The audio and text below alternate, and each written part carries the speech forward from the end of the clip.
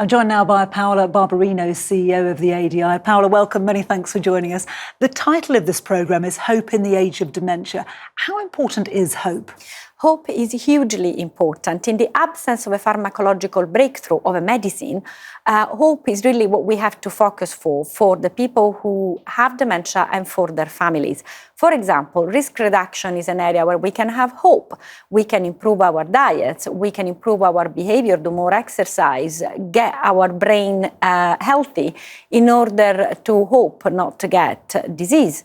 And also timely diagnosis. Timely diagnosis is good, it's important for everyone because it's crucial that families understand, the person that has the condition, understand what will happen and how best to prepare and how best to live their life in the early stages of the disease. There are so many exciting new developments happening at the moment, aren't there? Tell us a bit about those. So Biogen and Eisai have developed a molecule, and this potential medicine called aducanumab is currently undergoing further testing and is being filed for approval in America.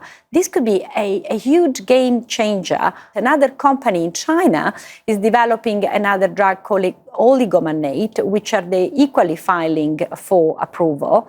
Both of these compounds need further testing, but it's a really, really promising breakthrough. There's so much, isn't there, going on now throughout the world, and a lot of countries have their own approaches to dementia care. Just give us a flavour, some examples from around the globe.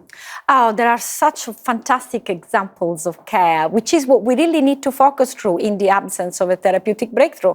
So, for example, Indonesia have created purple troops. So these are individuals who are trained that if there are people wandering in the street that probably have dementia, they can make sure that they are reconnected with their families. They used to have a massive issue with people wandering in the street.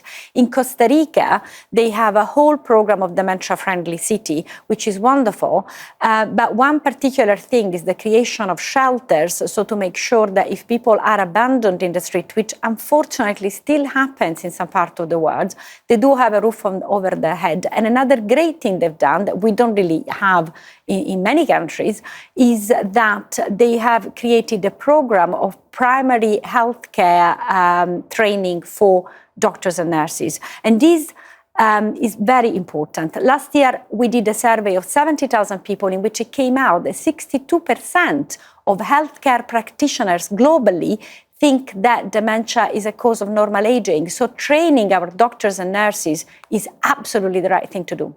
Throughout this programme, we're going to be talking about global plans for dementia care. How do they differ so much? Why do they differ so much? Not all countries have the resources to implement complete dementia plans. Dementia plans really include a number of areas. And, for example, some countries are not particularly good at research. Some countries are less good about care. Now, ideally, we want everything to be included. But we also understand that you have to start one step at a time. The crucial thing, though, about dementia plans, and the reason why we want dementia plans, is that plans need to be funded, because otherwise they're just a piece of paper. So once you have funding, then you can ring-fence a budget, and then stuff starts to happen. And for us, an advocacy organization, it's a constant way to pick up on a government and say, why aren't you doing this particular activity? That's why they're important. You mentioned funding there. What more needs to be done now, in your view?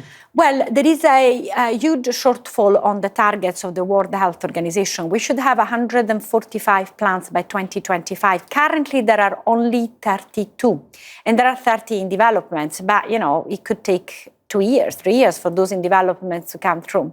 So, unfortunately, there is a huge amount to be done, and we all need to pull through. We need to create a movement of people, of citizens that will demand for change, because a lot of governments are in denial. Okay. Paola Barbarino, good luck in your endeavours. Many thanks for joining us. Thank you. Thanks, Sharon.